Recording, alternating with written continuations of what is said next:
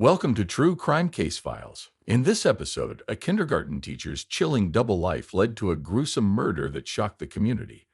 This is the story of David Dane, whose cheating fantasy ended in his brutal demise. David Dane was a 48-year-old kindergarten teacher who lived in Tampa, Florida. He taught at Sunny Days Kindergarten, where he had worked for 25 years. David was well loved by his students and their parents. He was known for his engaging teaching style and charismatic personality. David lived with his wife, Jennifer, and their two teenage children, Emily and Jacob.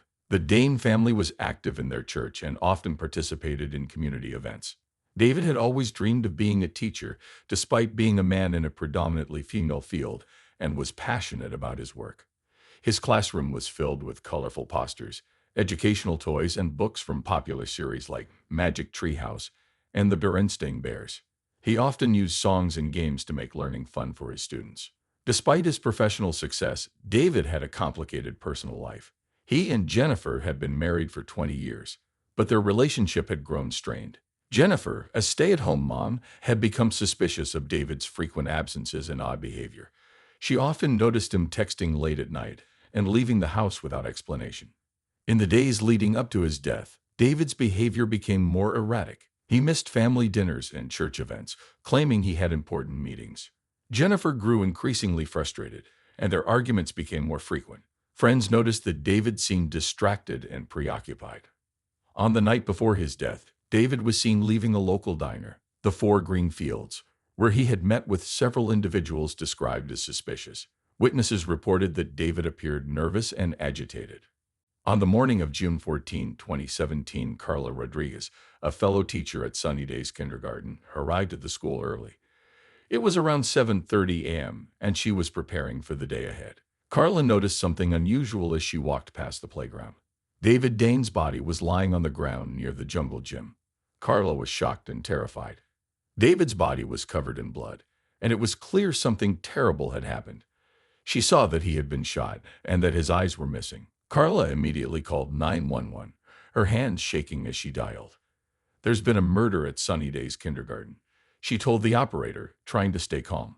The news of the murder spread quickly. Reporters from local media outlets like the Tampa Bay Times and television stations such as WFLA News Channel 8 rushed to the scene. By 8 o'clock a.m., the kindergarten was surrounded by police cars and news vans.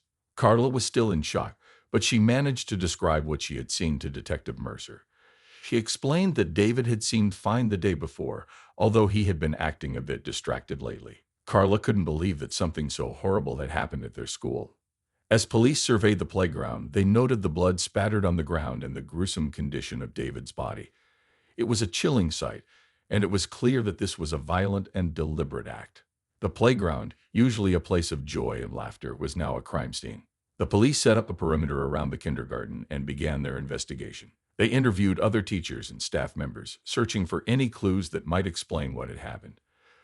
Parents who arrived to drop off their children were turned away, and the school was closed for the day. News of the murder spread throughout Tampa, and soon the entire community was talking about the shocking event. People were frightened and confused, wondering who could have committed such a terrible crime. The discovery of David Dane's body marked the beginning of a complex and disturbing investigation. The police were determined to uncover the truth and bring the perpetrator to justice. The police arrived quickly at Sunny Days Kindergarten after Carla Rodriguez's 911 call on the morning of June 14, 2017. By 8 o'clock a.m., Detective John Mercer and his team were on the scene. Detective Mercer, a 45-year-old investigator known for his attention to detail, took charge immediately. Detective Mercer instructed officers to secure the playground and keep onlookers and media at a distance. The scene was grim. David Dane's body lay near the jungle gym, with blood spattered on the ground and equipment. He had been shot twice with a 9mm, and his eyes had been gouged out with a knife. The brutality of the crime was shocking. Detective Mercer and his team began their investigation. They carefully examined the playground, taking photos and collecting evidence. They found two 9mm shell casings near the body. Forensic experts took DNA swabs and collected fingerprints from the playground equipment. They also gathered samples of the blood for analysis. The crime scene was a mess. The once cheerful playground, usually filled with children's laughter, was now a place of horror. Brightly colored swings and slides contrasted sharply with the dark reality of the murder. Detective Mercer noted the eeriness of the scene and the contrast between the violence and the innocent setting. The police interviewed Carla Rodriguez, who had discovered the body. Carla described her shock and fear when she saw David. She also mentioned that David had seemed distracted lately, but hadn't shown any signs of fear or distress. Detective Mercer and his team also spoke with other teachers and staff members. They learned that David had been a well-liked teacher but had recently exhibited unusual behavior. He often stayed late at the school and had been seen with people who were not staff or parents. The investigation extended beyond the school. Detectives visited David's home and interviewed his wife, Jennifer Dane. Jennifer admitted that their marriage had been strained due to David's frequent absences and odd behavior. The police also checked David's phone and computer for clues. They found numerous text messages and emails suggesting that David was involved in activities outside his teaching job. These messages hinted at secret meetings and possible illegal activities. The crime scene investigation at Sunnydays Kindergarten was thorough and meticulous. Detective Mercer and his team were determined to find out who had committed this brutal murder and why. The playground, once a symbol of joy, had become the starting point of a complex and disturbing case. The police turned their attention to Jennifer Dane, David's wife. Jennifer, 39, was a stay-at-home mom devoted to their two teenage children, Emily and Jacob. Known for her active role in her church and community, Jennifer seemed like the perfect wife and mother. However, the police needed to investigate everyone close to David. Jennifer was brought in for questioning on June 15, 2017, the day after David's body was found. Detective John Mercer led the interrogation. He asked Jennifer about her relationship with David and her activities on the night of the murder. Jennifer described her marriage as strained. She admitted that David had been acting strangely for months. He often came home late and made excuses about meetings and work. Jennifer suspected he was having an affair but had no proof. Despite her suspicions, she claimed she had no idea about his involvement in illicit activities. During the interrogation, Jennifer remained calm. She answered questions clearly and showed no signs of panic. However, her resentment toward David was evident. She talked about the frequent arguments they had and how she felt abandoned by him. Jennifer mentioned she had considered hiring a private investigator to follow David, but decided against it. The police also looked into Jennifer's activities on the night of the murder. She said she was at home with her children, which Emily and Jacob confirmed. The family had dinner together and watched the Disney movie, Moana. Jennifer insisted she had no reason to kill David, despite their marital problems. Detective Mercer and his team checked Jennifer's phone records and found nothing suspicious. There were no late-night calls or texts that indicated she was involved in the murder. They also spoke to neighbors and friends who vouched for her character and described her as a loving mother and dedicated church member. Despite the lack of evidence directly linking Jennifer to the crime, the police couldn't ignore her motive. Jennifer had a reason to be angry and hurt by David's actions. Detective Mercer noted that while she seemed innocent, her calm demeanor could be a sign of hiding something. The investigation into Jennifer Dane left the police with more questions than answers. While she had a possible motive, there was no concrete evidence tying her to the murder. The police knew they needed to continue digging to uncover the truth. On June 16, 2017, just 2 days after David Dane's body was discovered, new evidence emerged that would change the direction of the investigation. It was a hot and unbearably humid day in Tampa, Florida. Around 2 p.m., police officers discovered new evidence that would change the course of their investigation. A maintenance worker was cleaning the storage room at Sunny Hills Kindergarten when he found a hidden camera behind a stack of books. Confused and scared, he immediately called the police. Detectives arrived at the scene quickly. They carefully collected the hidden camera and took it to the police station for further examination. The camera contained shocking footage. It showed David Dane filming and participating in dozens of adult movies filmed in the kindergarten after hours. Even more disturbing, the footage revealed David forcing the kindergarten kids to fight each other in something he called Hunger Games Jr. The detectives were horrified. They could not believe what they were seeing. The children looked scared and hurt as he told them he would withhold food from them as encouragement to fight more aggressively. They knew they had to act fast to protect the kids and find out who else was involved. Detective Mercer, who was known for determination and compassion, was deeply affected by the footage. He vowed to bring justice to the victims. The police department called in a special team of forensic experts to analyze the footage. They used advanced software to enhance the video quality and identify the people involved. The experts worked around the clock, carefully studying every detail. They found evidence of at least 25 different women in the videos participating in sex with David, including a woman named Lara Wachtro. The police also discovered financial records showing large sums of money being transferred to David's account from various sources. This money was believed to be from bets placed on the children's fights. Detective Mercer, who was also known for his analytical skills, carefully traced the transactions back to their sources. This led to several new leads, including people who placed bets on the fights. In addition, police had found a series of texts between David and Lara Wachtro. The messages were sexually explicit and revealed that David had been having an affair with Lara, beyond their involvement in adult movies. This discovery added a new layer to the case and provided the police with a potential new suspect. Hey, true crime case solvers interested in more real-life murder mysteries, be sure to like and subscribe to our channel. And do you have any thoughts about this case or have a case of your own you'd like us to investigate? Leave us a comment. Stay safe, true crime case solvers. After discovering the hidden camera footage, the police turned their attention to Lara Wachtro, one of the estimated 25 women David Dane had been sexually involved with. Lara was a 21-year-old with a fierce and independent personality. She worked as a barista at a local Starbucks and was known for her intense and passionate nature. On June 17, 2017, detectives visited Lara at her apartment. It was a humid and hot morning in Tampa. Lara was initially nervous but agreed to talk. She admitted she first met David while filming an adult movie using the name Daisy Hyman, filmed at the kindergarten where he worked. She described David as charming and persuasive, someone who could easily convince people to do what he wanted. Lara told the detectives she had grown increasingly frustrated with David. He had promised to leave his wife, Jennifer, for her, but he never did. She was angry and felt betrayed. Lara explained that she knew about David's double life, but was too scared to go to the police. She feared for her safety and said she didn't know anything about the children involved in the fight ring. During the interrogation, Lara remained calm but showed signs of emotional distress. She provided the detectives with more details about the adult movies and the fight ring. Lara revealed that David was making a lot of money from these illegal activities and that many notables in the community were involved. She gave names of individuals who placed bets on the children's fights, which gave the police several new leads to investigate. Lara's information was crucial. It helped the detectives understand the extent of David's operations and the number of people involved. Detective Mercer, known for his empathetic approach, could see that Lara was a victim in her own way. She was manipulated and used by David, much like the other women and children.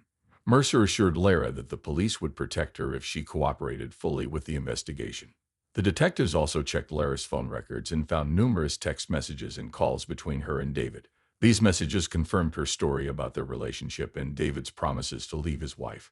Lara's cooperation gave the police valuable insights and led them closer to uncovering the full truth about David Dane's secret life and the people involved in his crimes. After speaking with Lara Wachtro, the detectives turned their focus to Jordan Alarcon Perico. Jordan was a 24-year-old single father and construction worker who had recently moved to Tampa from Cuba. He had discovered unusual bruises on his son's body and was deeply concerned. On June 18, 2017, at around 11 a.m., Detectives Maria Lopes and John Harris visited Jordan at his construction site. It was another hot, sunny day in Tampa. Jordan was tough and protective, traits that helped him survive the hardships of fleeing Cuba. When the detectives approached him, he was initially defensive but agreed to speak when they explained the situation. Jordan told the detectives that he had become suspicious when his son, Nathaniel, a student at Sunny Hills Kindergarten, came home with bruises and a scared look. Nathaniel eventually confessed that he was forced to fight other children at school or he wouldn't be fed. Jordan was furious and confronted David Dane just days before his murder. He described David as smug and dismissive during their confrontation. During the interrogation, Jordan's anger was evident. He felt betrayed by someone he trusted to care for his child. However, he maintained his innocence, insisting he did not kill David. He admitted to confronting David but claimed he walked away when David threatened to call the police on him. The detectives carefully examined Jordan's alibi for the time of David's murder. They checked his work records and spoke to his coworkers, who confirmed that Jordan was at the construction site during the time of the murder. This alibi made it unlikely that Jordan was the killer. Detective Mercer, known for his keen sense of intuition, felt that Jordan's anger was genuine but not indicative of guilt. He believed that he was a protective father who wanted to shield his son from further harm. Detective Harris, with his analytical approach, focused on verifying Jordan's statements and looking for any inconsistencies. The police also examined Jordan's phone records and found no evidence of communication with David or any of the individuals involved in the adult movies or fight ring. This further supported Jordan's claim that he was not part of David's criminal activities. Jordan's information added another layer to the investigation. It confirmed the existence of the fight ring and provided insight into the abuse the children endured. While Jordan was not the murderer, his account helped the detectives build a clearer picture of David Dane's secret and dark life. The detectives knew they were getting closer to uncovering the full truth and finding justice for the victims. On June 25, 2017, the police pieced together all the evidence and identified Jennifer Dane, David's wife, as the murderer.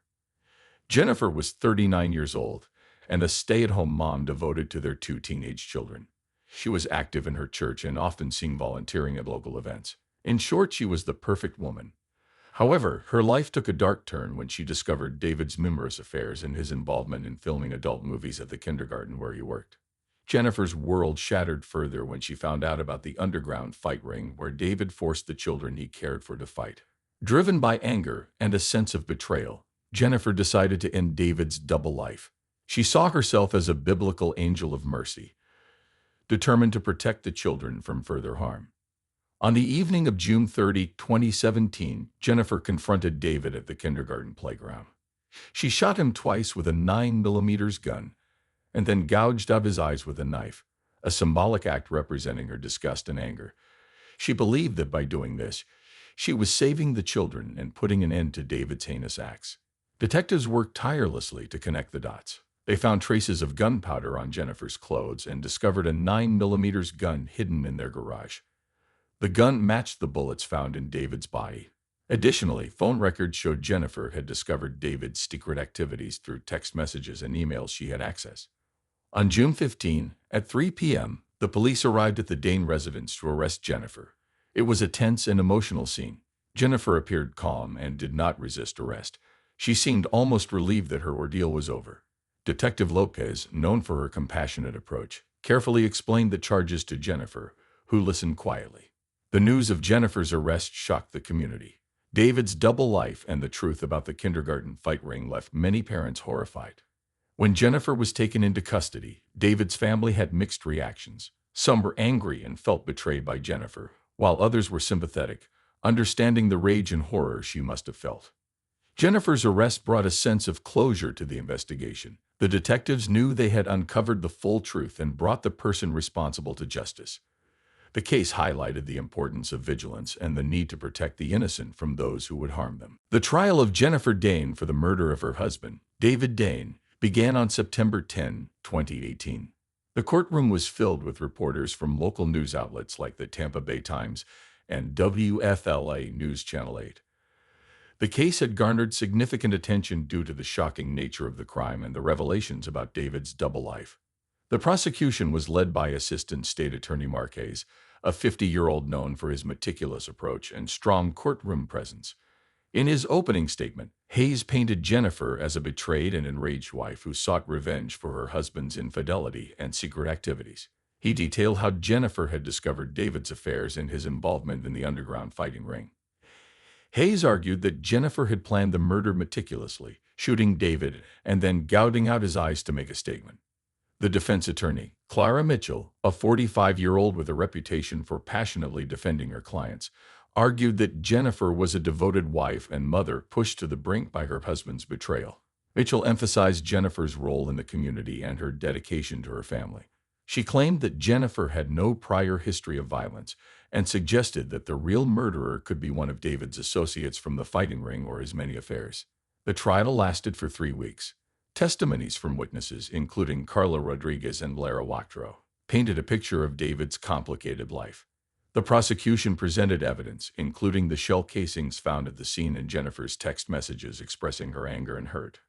Throughout the trial, the Dane family's emotions ran high.